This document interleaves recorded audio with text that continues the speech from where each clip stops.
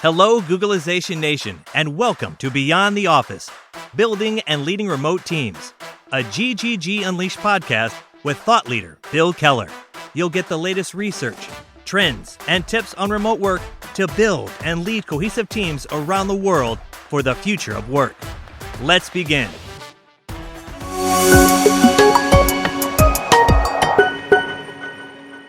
Welcome to Beyond the Office, Building and Leading Remote Teams. I'm your host, Bill Keller.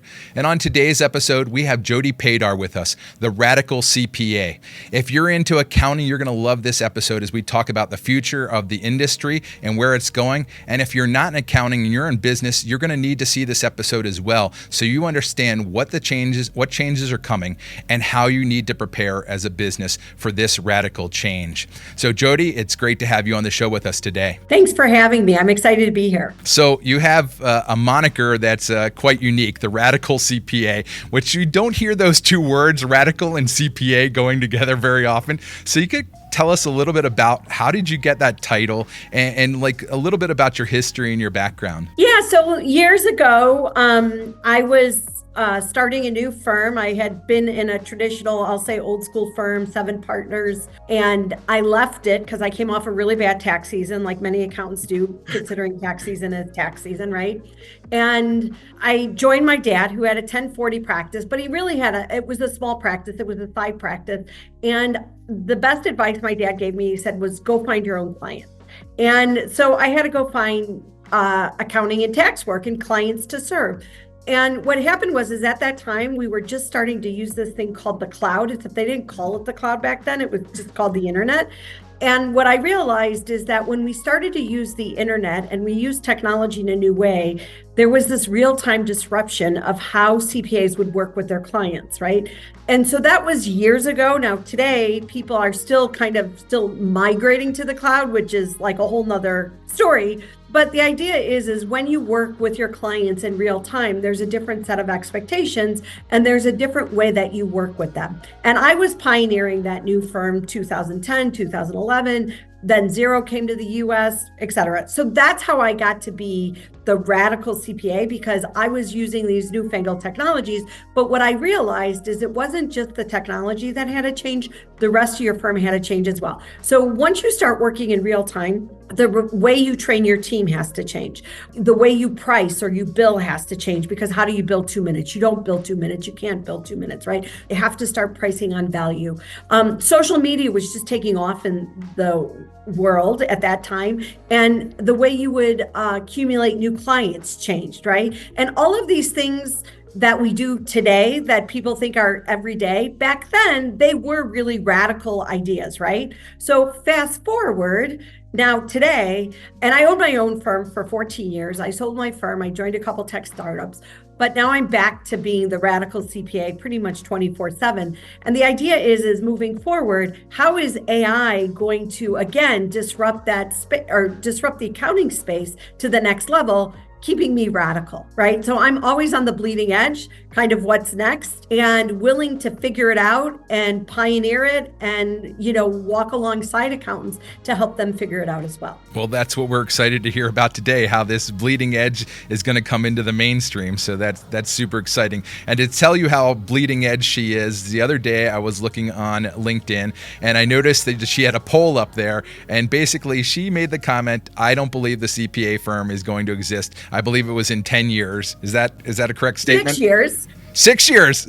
Oh, even more radical. Okay. So can you tell us a little bit about that? Well, if there's not going to be a CPA firm, what's there going to be? Tell us the future here. So I believe there will always be CPA. So let's set that straight, okay, right? Okay. I think the AI CPA and the brand of a CPA and accounting professionals. I don't believe that AI is going to take away our jobs.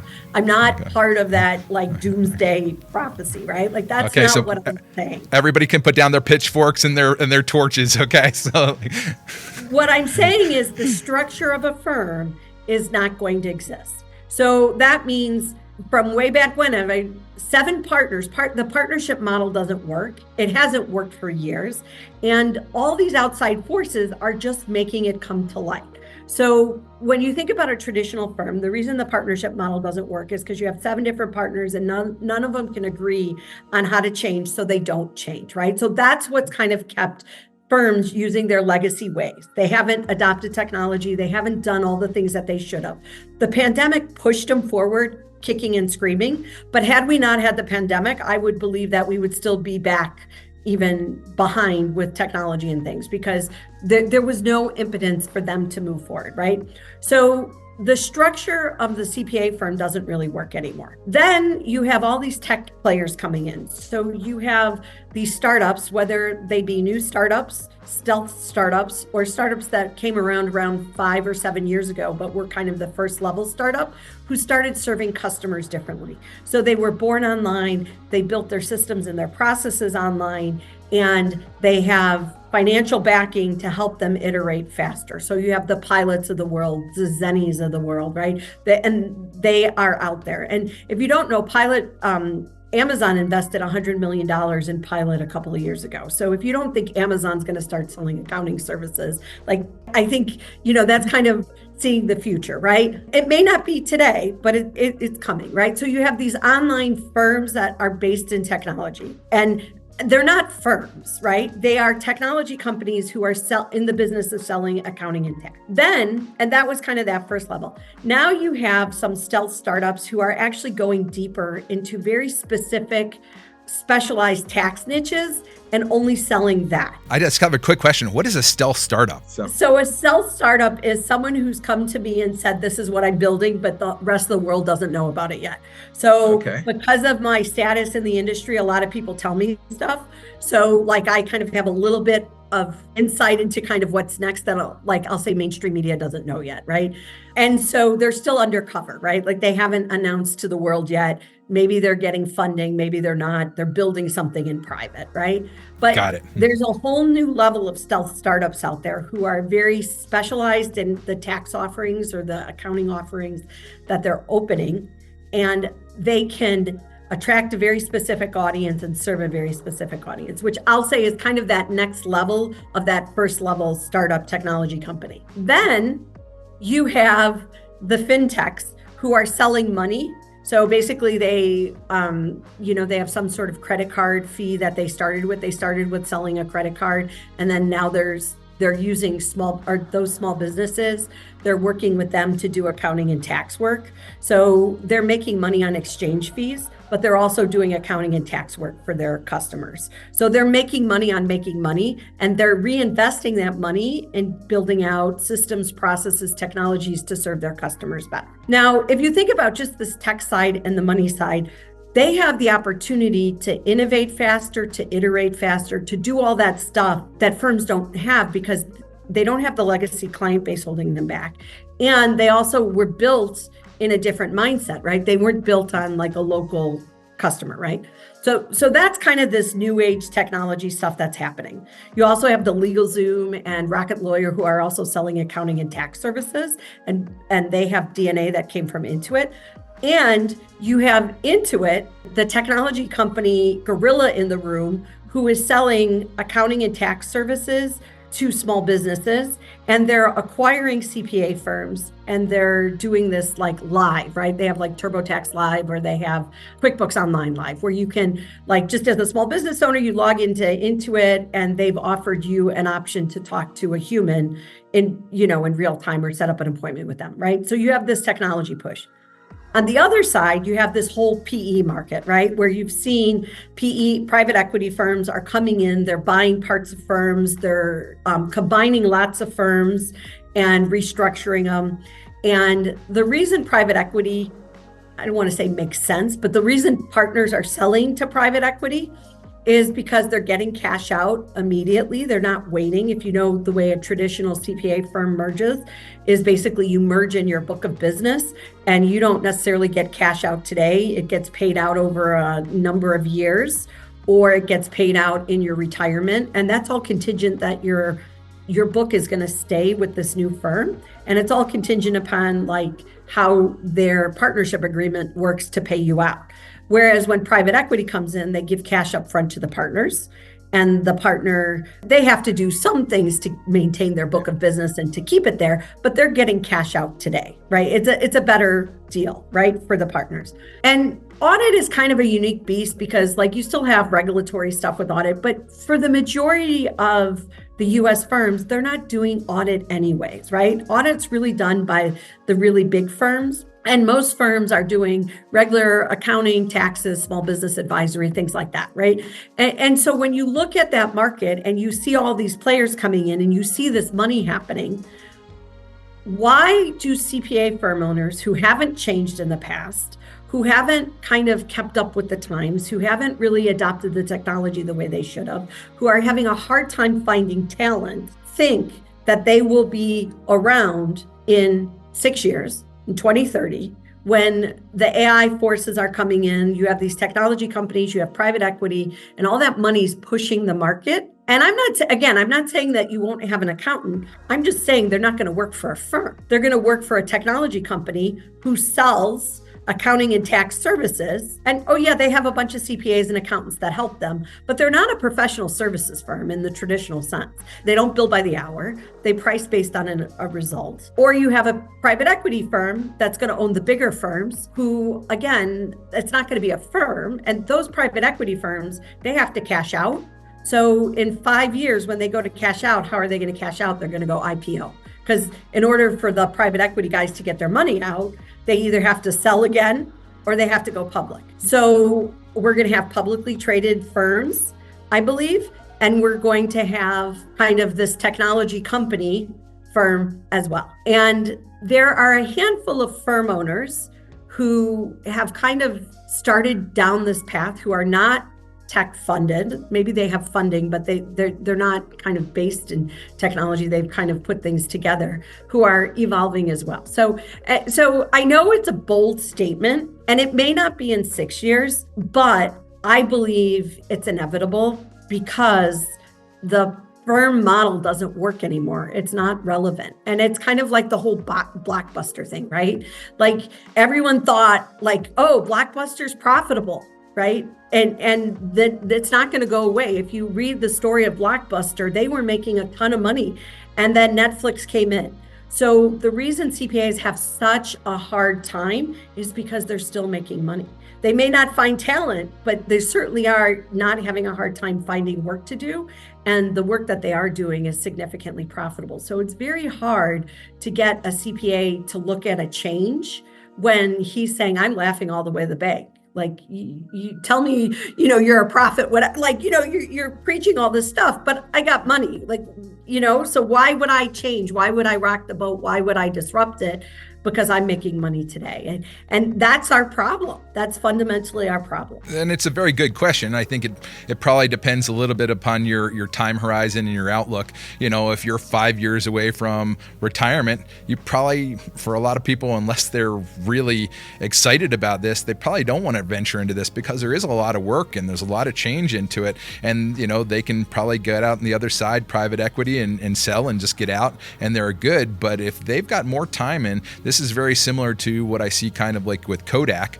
You're talking about Blockbuster and a very similar type of thing where they were like, hey, they were a technology company. They had huge amounts of research and development, but they really never capitalized on their digital camera technology because they were afraid it was going to cannibalize their film technology. And in the same way, I can see that for a lot of these firms that they're afraid that, okay, if I do this, we're actually seeing that right now with AI is actually we're getting more efficient. We're automating because I have an automation company and I also have a remote staffing company. And we're seeing this where the automation can come in and I did an automation last year where we saved 5.5 hours a day of one individual's time. Well, and it took us 3 weeks to make the automation. Awesome. That's to do that kind of thing. And you're like, oh, it's already here. And that wasn't even AI per se. That was just what I consider just general automation and then throw AI on top of it. So that's fascinating, I see that, I can see that change, but I can see it's going to be very difficult for a lot of people in the industry to kind of make that leap. So how do you see this affecting, kind of moving and shifting to the users of these services, right? Rather than the accountants. And how do you see the users either both benefiting, and also what do they need to know to make sure that they can take advantage of this change? So I think the users have to kind of reset themselves as well. And they have to realize that they're going to be paying for a result, not for the time spent. And so, like kind of get rid of that whole billable hour mindset, right? Like whoever the small business owner is, you should be paying for a result, not kind of, and we train the small business owner to do this. So like if we've trained you that we sell time and not a result, like I'll say it's our own fault in the professional services firm, right? To train you to do that. But we have to look for someone who's selling a result and not the time spent. And the reason that's important is because the person who's still billing by time is not giving you the best service because they're not the most efficient. And the reason they're not the most efficient is and I would say efficient and effective, because you have to be both. It's not just about efficiency, right? You could be efficiently doing the wrong things, right? Yeah. But the idea is if you traditionally have billed by the hour, and it's kind of against you to kind of develop that automation to take away that 5.5 hours of work, right? Because now it's like, well, wait, how am I going to make money if I don't do that, right? So I would argue that the customer that you want to work with, or the firm that you want to work with, is charging you based on a result, not based on time spent. So if they give you an invoice or a budget, right, they give you a quote that says, well, if it's going to take so many to so many hours and we're going to charge you X hours, I would push back and say, okay, I want to pay for a result, not for the time spent, right? And then, and I would use that kind of as a litmus test of how automated they are, because the more automated they are, that's going to show you that they're more automated and they're using these tools to give you a better service, right? And the reason automation is so important is because in order for a CPA to get to advisory work, the work has to be done and it has to be done correctly. And the reason in the past, accountants haven't been always the best advisors. And again, I would argue they're the most trusted advisors, but a lot of times they get caught up in time, is just they haven't had the time to get the work done and get it done correct. So you have to have the work done and done correctly in order to add that next level of advisory on it. And if you're using AI and machine learning to kind of get your, build your ground level of the house, now you as an advisor, now the accountant can really come in and give you a lot more insights on top of that work. But it's very hard to give insights on bad data, right? So the accountants have always spent all their time getting the data right. Well, the idea of technology is going to get that data right. And now they're really going to be able to help you unpack that data. What does it mean for your business? How can it help you? How can you, effectively use tax laws better? All of that stuff is good stuff, because now we can do what we're trained to do and not worry about just getting the data right, which unfortunately has been what most of our work has been in the past, just because, you can't do advice with bad data. So you kind of talked about three things there, and I agree on that. The question that I have, and I guess the concern that I have is, are most CPAs going to be able to make that shift, right? They're so caught up in the numbers. Are they going to be able to make that shift to advisory? I don't even know if that's a question for you, but I think that's a concern that I have, that I've seen within the industry as I've worked with people. They get caught up in the numbers. They think that that's the end result, not understanding that we're trying to make decisions as business owners based upon that data rather than just having the numbers themselves. So it'll be very interesting to see whether they can make that shift. But I'm kind of curious. You talked about basically the tech side. You're going to have changes, I think, in the staffing side, and then also changes on the client side. And you touched a little bit on some of these, but how do you see that playing out, like let's just say the staff side, because I want to get a little bit deeper into that, and then also on the tech side. What comes first? How do you go about this change, and what's it going to look like for each of those components? So I think for the staff side, it's going to be an interesting transition, because they'll probably pick up the tech right away, but they're going to need help with the advisory. Most people who have been in the industry for a while have done some sort of advisory work. And again, I think accountants have always been advisors. I don't think they've called it advisory. I think they've sold compliance and put advisory on it, but they sold compliance. They didn't sell advisory. They never separated the two out, right? So I think many good CPAs have done advisory in the past. So I don't want to discount that. But I think the next generation is going to have to learn advisory a lot faster. And the good thing is I'm hoping, and again, like the tools are going to help us get to advisory faster as well, right? Like, I don't think the tools are going to give you that empathy. I don't think the tools are going to give you the right way to have the conversation. Those are soft skills, and you're going to have to get a little human with that. But I'm hoping that a lot of the tools will give you kind of the basic tax knowledge, the technical knowledge that you used to have years of experience to get, right? So hopefully the machine learning, the AI is going to give you that technical level. And then you're going to have to learn to kind of have those soft skills. And so I think that the team is going to have to up their game on learning those soft skills faster. And again, you can be efficient and not effective. And I think that that's what the team needs to remember. Again, like those new professionals who are starting their careers, is the work that I'm doing efficient, but is it also effective? And if you're doing something that's not effective, then you need to question why you're doing it. And you need to think about how you can be more effective in your job. So I think that's kind of the takeaway for the next generation of team.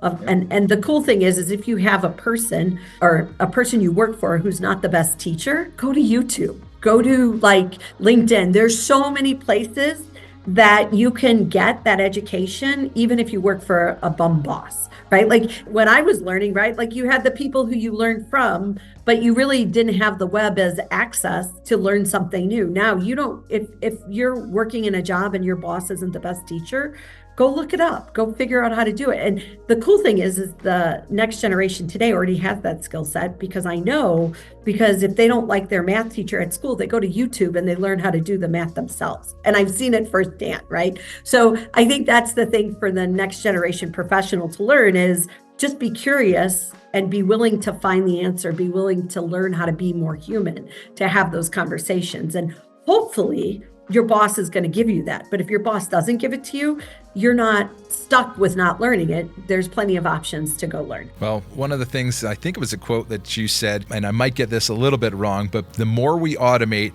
the more human we need to become. Is that a correct quote? And so I think that was that's what I heard or was thinking about when you were talking about this, that being effective and understanding those soft skills is going to be to understand what that means to their business, how it's going to affect them moving forward, and how they can use that data to then make effective decisions for their business. So yeah, that's what's going to be your linchpin. That's what's going to make you special. That's what's going to make you different, and that's what's going to help you stand out in your career. There's a couple things you said about going to YouTube. I had a CPA, actually Gretchen Nasso, on a show just a couple weeks ago, and she was talking about how they're not seeing the growth from some of the younger professionals because they've been working remotely that they've seen in the past. They were expecting them to be further along. So how do you kind of reconcile these two things where, they have the access to YouTube, they have the access to all these resources now, but I'm not sure if they're not using it or they're not effective. So what would you tell that person who's, starting out their career and just starting to learn, what are they going to need to do if they're working remotely or even in the office to be able to level up much quicker? So the hard thing about working remotely is that their bosses or the managers or their leaders don't necessarily know how to work remotely. And I be quite honest, they don't know how to deliver remote work, because when you deliver remote work, you base it on results, and you have to explain things a lot more up front. You have to do a lot more teaching on the front end or explaining on the front end. And if you look at traditional firms, if you build by the hour, it was always like you passed the work, you never did any front end work with it, you never really helped them. And then the team member either understood it or they didn't understand it. Maybe they asked questions, maybe they didn't. And then they were kind of judged after the fact. They got 4 pages of review notes, right? That's the way a traditional firm works. That doesn't work in a remote world. It doesn't. You have to be a lot more intentional about how you give work out to younger employees, about how you explain things, about how you do training on the front end. And unfortunately, that's the world that this next generation is living in, right? Like they kind of got thrown into this remote workforce, and the managers didn't necessarily get trained on how to teach employees remotely, right? And so I would say to these young professionals, if they're not getting but they need to be the ones who are proactive and step up and kind of figure out how to work with their boss and ask more questions. And, I don't want to say be a little bit annoying, but like that's okay. Yeah, I think they need to. I think they need to be. If you're out of sight, you're out of mind. And it's not that your managers are ignoring you. It's just they have 25 other things on their plate and they're getting through their own list of things to check off. And if you're not in their face, in their Slack channel, in their, guess what? You're not in sight of them. And whether it's right or wrong, it's the situation it is. And it's up to you as a young professional to kind of get what you need to take it to the next level. And unfortunately, nobody tells you that as a young professional, right? Well, it's one of the tenets. We go through a book at our firm. Basically, it's called The Traveler's Gift, 7 Decisions for Personal Success. And the first one is the buck stops here. And so we talk a lot about responsibility, about basically Covey's 7 Habits of Highly Effective People, where it talked about be proactive. And where you need to take responsibility for your career, for your learning. If you're waiting for somebody else to do it and to bring it to you, you're more than likely going to be in sorry shape. Maybe you get lucky, you get that one boss out of 10 or maybe even 100 who is exceptional at leading and growing his staff. But if not, it's your responsibility to level up. And so I think that's awesome. So I heard the advice for the young professional. Now let's flip to that. What would you say for the manager who's now leading remote in a world that they're unfamiliar with? They're used to basically going up to somebody, they see them, they come behind them while they're working on the computer, and maybe they're pointing something out, and they do this. They see this proximity as a necessity for training, and so I think that's really been a big push to bring people back into the office because people haven't learned some of the new skills that they're needing to be effective long term. There's a difference because I think sometimes they see productivity move up in the short term, which might be fine because they get more focus, but long term, they're probably losing something because they're losing that connection, they're losing some of those training skills.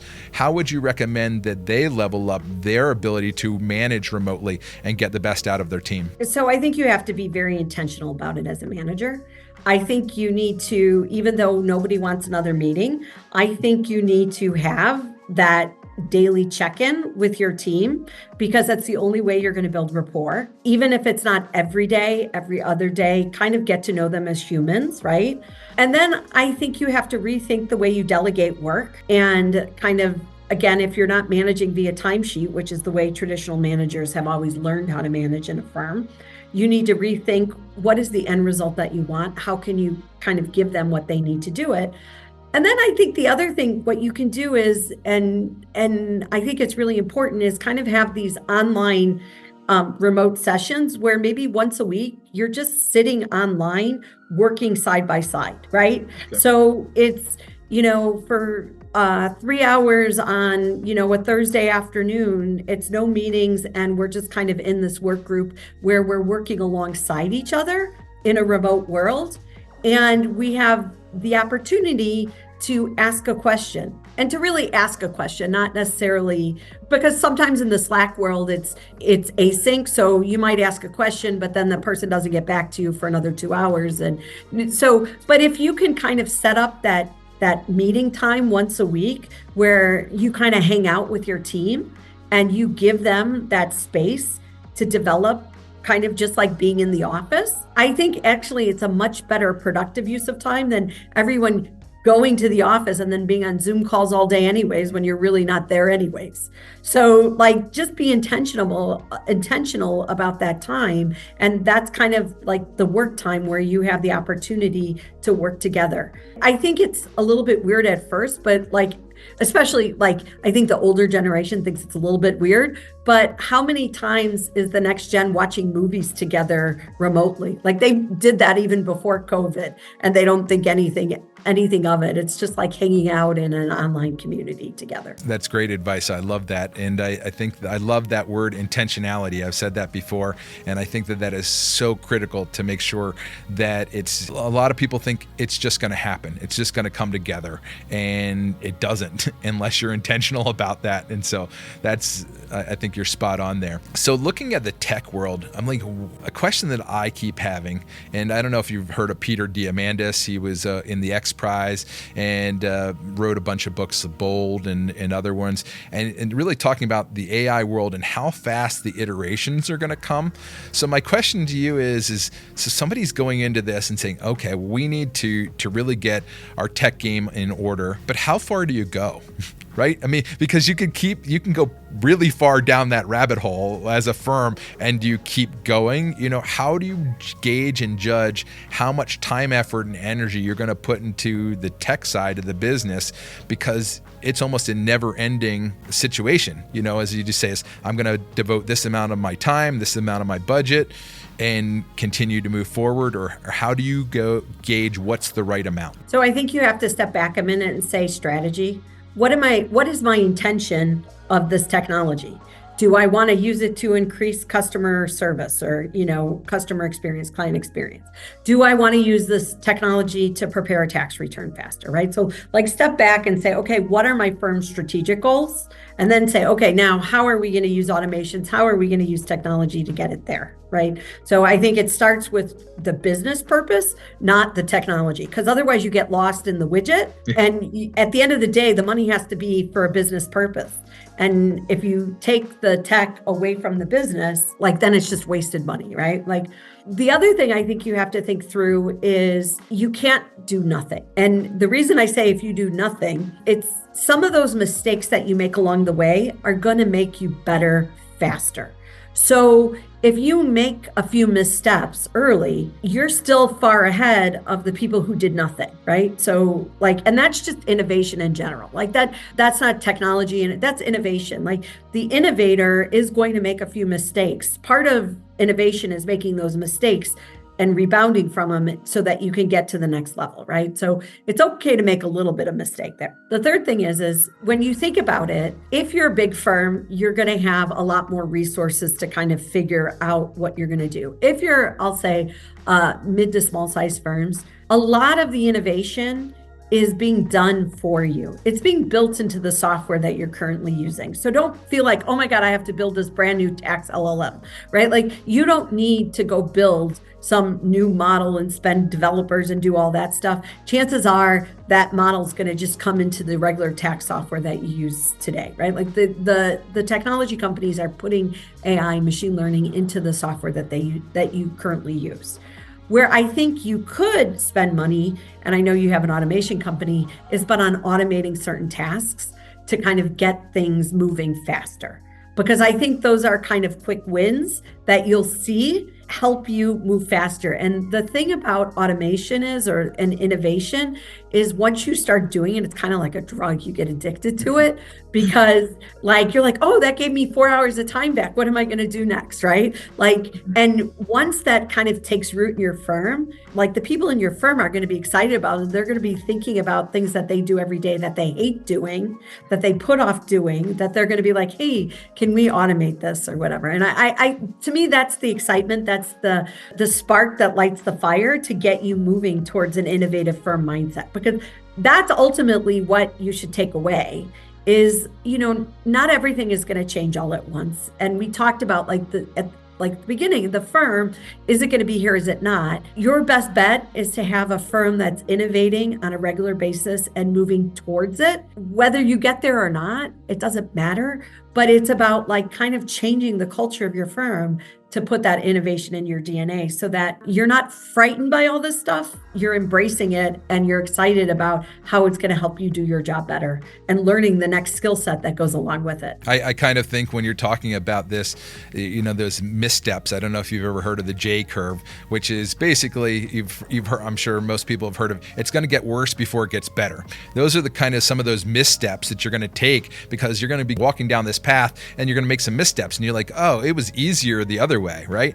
But that's part of the process. It's going to get worse. Kind of like when you go to the gym for the first time, you're like, this hurts, right? But then you start to see the results after a period of time, and then you really start to move forward. And I think that that's really important, that people are going to need to understand that as they walk down this path, there's going to be these challenges. And if they don't understand that up front, they're going to very quickly fall off that path. And so it's really important to set your expectations correctly up front to make sure that you're prepared for the challenges ahead. Yeah, and I think CPA as a whole are they want best best practices, right? Like they don't want to be the innovators. They want it to just work. And unfortunately, I don't think that's realistic. I don't think it ever was realistic, but more so today, it's not realistic because everything's moving so fast. By the time someone who's kind of gone before has figured out that best practice, it's already obsolete. So like you have to kind of, and again, that's why it's like you have to figure out how to put innovation into your firm so that you can keep moving forward. And I would also say not get blindsided by the fact that you're never going to be perfect in what's latest and greatest because it's always moving, right? Like how are we ever going to get there? So you just got to be good with kind of the journey and knowing that you're moving towards it. We kind of talked about the tech space, and I want to go back to the staffing space because that's the kind of the world that I live in. And I think people are kind of curious. I promote working overseas, where there's a dearth of talent within the US right now as far as in the accounting space. There's not enough CPAs, there are not enough bookkeepers and accountants, and that's one of the ways to alleviate that. But if it was all sunshine and roses, everybody would be doing it. But it's not. There's some challenges along the way, and I'm curious to hear what have been some of your challenges, but then also what have you seen from a win side, maybe not you, but maybe some of the people that you've worked with, and how should we go forward or how should we think about that process, whether it's overseas or even domestic remote work. What is your thoughts on that? Well, I think it gets back to intention, and it's essentially, if your person is sitting in Wisconsin or they're sitting in South America, or they're sitting in India or the Philippines, wherever they're sitting, it's the same remote work. Right? So you have to think about how you hand out that remote work. You have to be intentional about it. You have to be intentional about what your expectation is on what you want back from them. And again, I think, the things that I said before, like, is there a way that you can work with them remotely where you have an opportunity to kind of hash things out, right? Like, is there an opportunity every day or every other day where you're syncing with that team member wherever they're sitting at a time zone that's mutually convenient, and you kind of work through that because you have cultural differences, you have time zone differences, you have all those differences.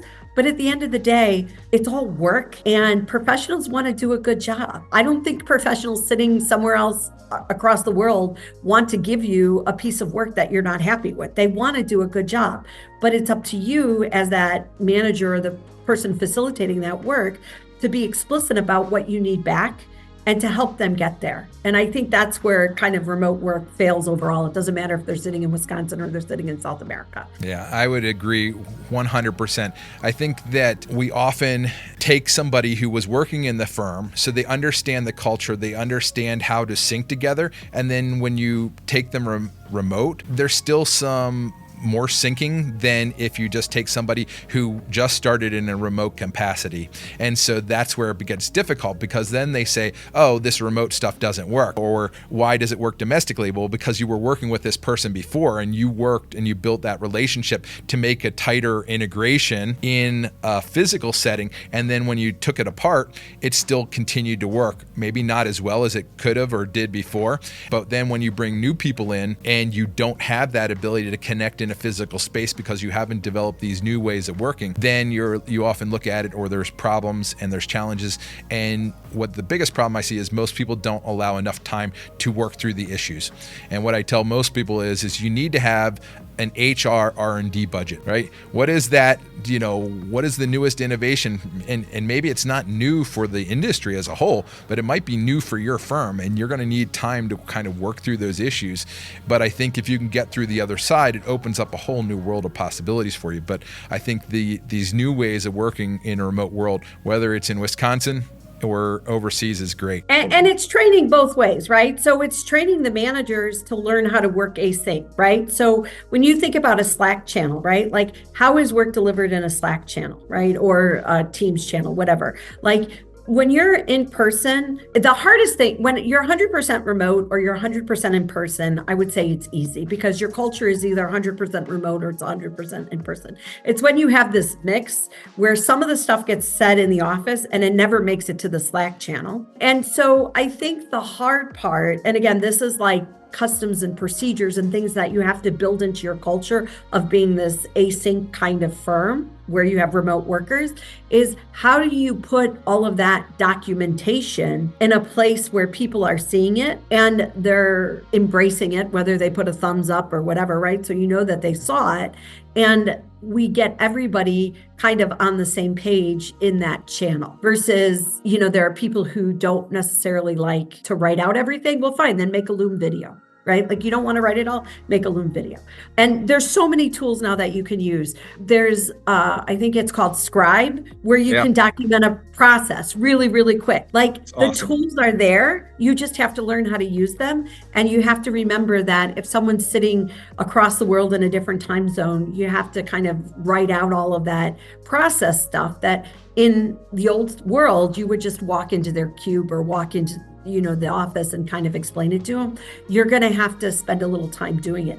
But the cool thing about it is once you do it, if you do it, you don't have to do it for the next person because you already have it documented, which again, it may take you 10 more minutes on the front end, but then when you get another team member, you already have that documentation there. You don't have to redo it, right? So I think it's just a custom for both sides of the team to be working. And that kind of reminded me of a book, and it was Procrastinate on Purpose by Rory Vaden. And he has what's called the focus funnel. And I think you were talking about, basically the automation. So what he talks about is first, can you eliminate it? Do I really need to be doing it to begin with? Then can I automate it? Then can I delegate it? And then it has to come to me. Then if I don't need to do it right now, I procrastinate. And then if I need to do it right now, it's something that I do right at the moment. And so I think that was a really good book and a really good framework. So somebody's looking for that type of framework to understand. And he even had some like rules of thumb as far as when you should be automating, when you should be delegating,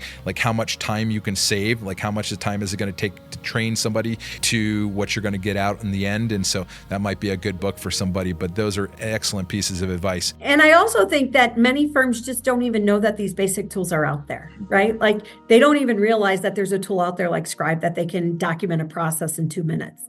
And so they might be doing it in Word, or they might be doing it the old-fashioned way of screenshotting. And so that process now takes them 3 hours, or takes them 3 hours instead of realizing that there's a new tool out there that does it in a couple of minutes.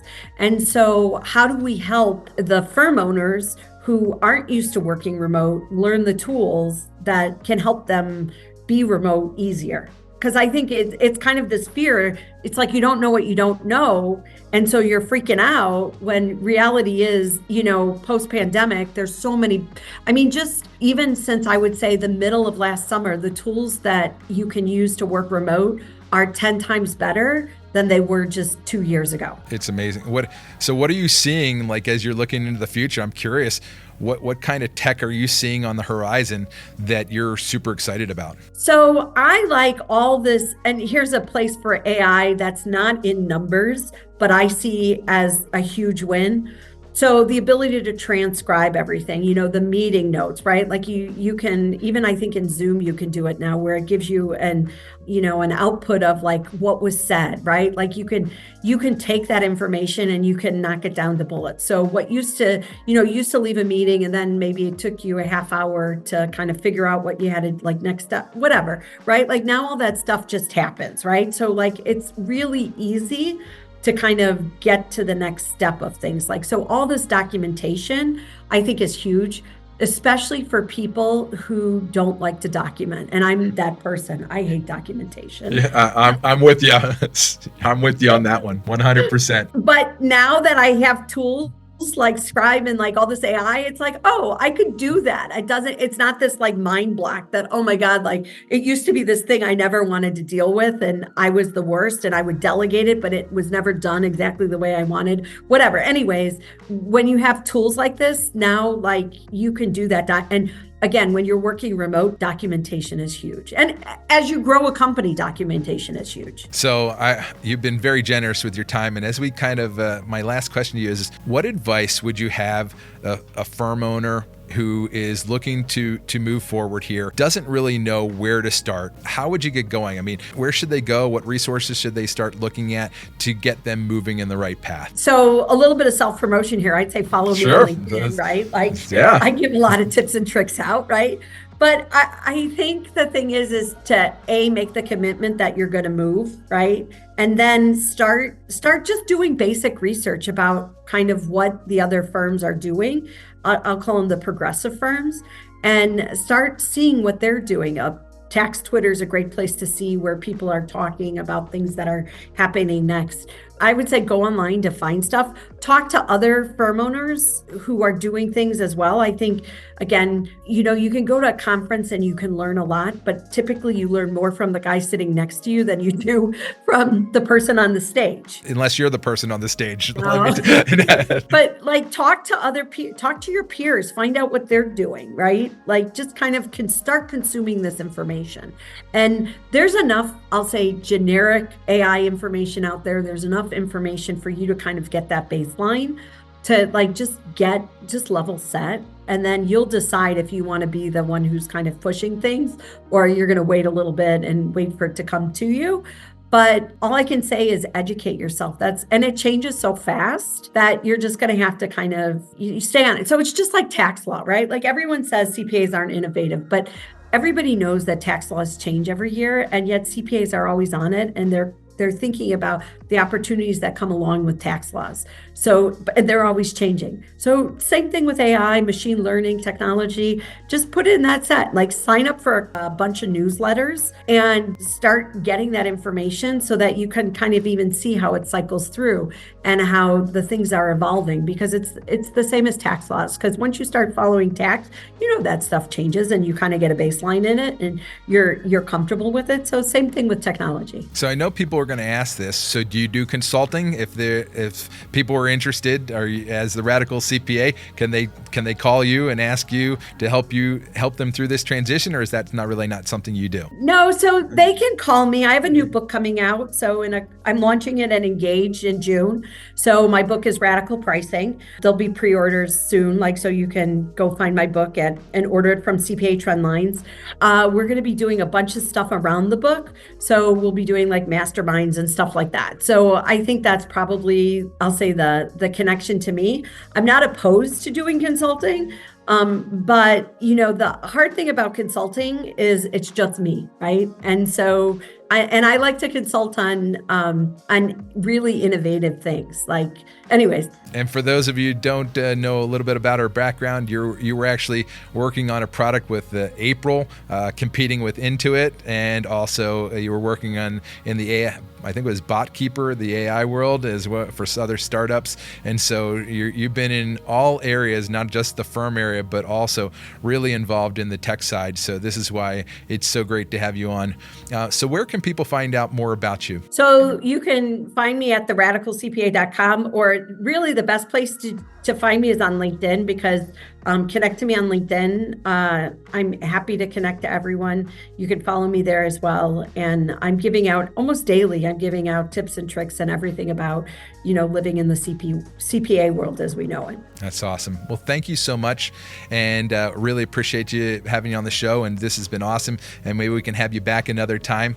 And so for Beyond the Office, thanks for joining us today. And we look forward to seeing you next time. So if you'd like to learn more about remote staffing, feel free to message us for our free guide, The 7 Deadly Sins of Remote Staffing, and how to make sure that you don't commit them and you're successful in your remote hiring journey. That's it for today's episode. Thank you for tuning in and digging deep into what's ahead for the future of remote work. We'll be back next month with Bill for another episode. But until then, please visit Staffing Global's website for additional resources at staffdifferent.com.